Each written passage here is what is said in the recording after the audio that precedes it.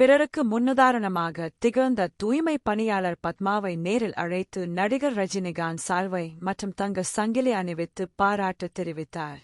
சென்னை திருவல்லிக்கேணி, கிருஷ்ணாம்பேட்டை பகுதியைச் சேர்ந்தவர் பத்மா. இவர் சென்னை மாநகராட்சியில் ஒப்பந்த தூய்மை பணியாளராக பணி செய்து வருகிறார். இவர் கடந்த மாதம் 11ஆம் தேதி நகரில் உள்ள மகாராஜா சந்தானம் தெருவில் தூய்மை பணியில் ஈடுபட்டிருந்த போது அங்கு குப்பையோடு கிடந்த கவர் ஒன்றை எடுத்து பார்த்தபோது ஐஸ்கிரீம் டப்பாவுக்குள் 45 பவுன் தங்க நகைகள் இருப்பது தெரிந்தது.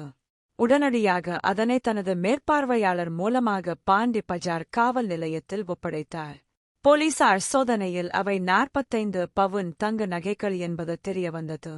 இதையடுத்து போலீசார் மேற்கொண்ட விசாரணையில் நங்கநல்லூர் பகுதியைச் சேர்ந்த ரமேர் என்பவரின் நகைகள் அவை என்பது தெரியவந்தது. இந்த சம்பவம் தெரியவந்ததும் பிறருக்கு முன்னுதாரணமாக திகழ்ந்த பத்மாவை நேரில் தன் வீட்டிற்கு அழைத்து நடிகர் ரஜினிகாந்த் சால்வை மற்றும் தங்க சங்கிலி அணிவித்து பாராட்டு தெரிவித்தார்.